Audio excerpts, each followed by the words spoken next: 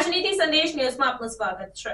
ગૃહમંત્રી અમિત શાહ દ્વારા ડોક્ટર બાબા સાહેબના અપમાન મુદ્દે વેરાવળ ખાતે કોંગ્રેસ દ્વારા રેલી સાથે આવેદનપત્ર પાઠવાયું।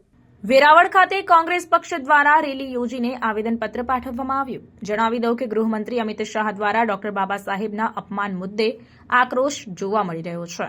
કોંગી ધારાસભ્ય વિમલ ચુડાસમા, જિલ્લા કોંગ્રેસ પ્રમુખ કરશન બારડ, મહિલા મોરચા સહિત કોંગી કાર્યકરો વિરોધમાં જોડાયા હતા। ટાવર ચોક ખાતે ડોક્ટર બાબા સાહેબ આંબેડકરની પ્રતિમાને ફૂલહાર અર્પણ કર્યા સાથે જ રેલી સ્વરૂપે પ્રાંત કચેરી ખાતે પહોંચ્યા હતા। ગૃહમંત્રી અમિત શાહ માફી માંગે, અન્યથા રાજીનામું આપે તેવી માંગ કરવામાં આવી।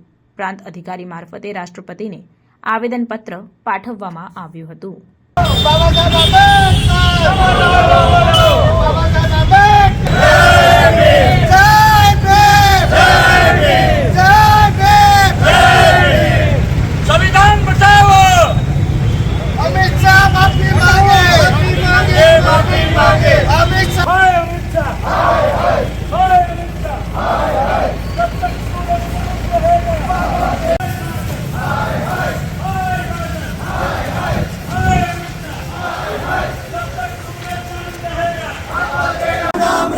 जब तक सूरज चांद रहेगा, बाबा तेरा नाम रहेगा।